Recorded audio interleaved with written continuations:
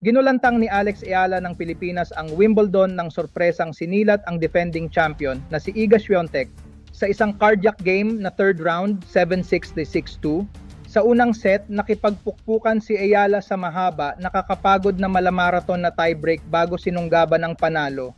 Sa ikalawang set, tila siklistang nag-breakaway siya sa 4-0 agwat at kinipkip ng todo ang momentum hanggang sa manaig na tila tigang sa tagumpay.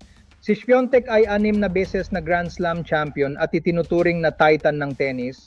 Kaya't kumbaga sa boxing, tinalo ni Manny Pacquiao si Muhammad Ali sa isang quantum match. Ang kabiguan ni Swiatek ay mistulang pagbulagta ni Goliath ng tiradurin ni David sa biblical period. Mula umpisa hanggang dulo, halos mabaliw ang mga nakasaksi sa center court. Kumbaga sa chess, ito ang table 1. Sa unang serve pa lang, ipinakita ni Alex na wala siyang takot, hindi siya nagkasya sa depensa.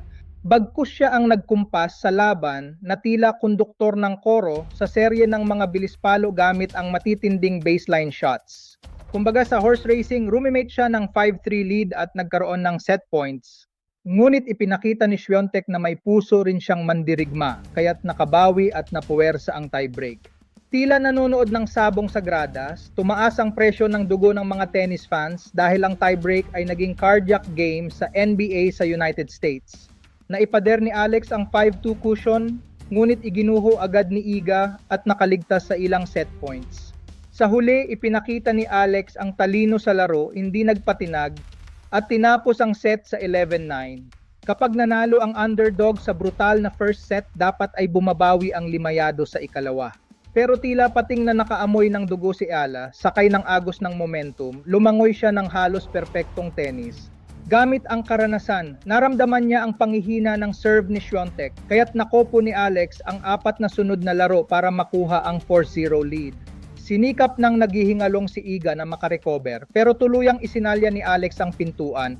Sa huling serve, nakulong si Swiatek sa kabiguan, tumalsik siya sa prestigyosong Grand Slam. Makakalaban ni Eala sa round of 16 si Jasmine Paolini, 30 anyos, world number 17. Ito ang kanilang ikalawang pagharap. Una silang nagtagpo sa round of 32 ng Dubai Tennis Championships kung saan nanaig ang Pinay.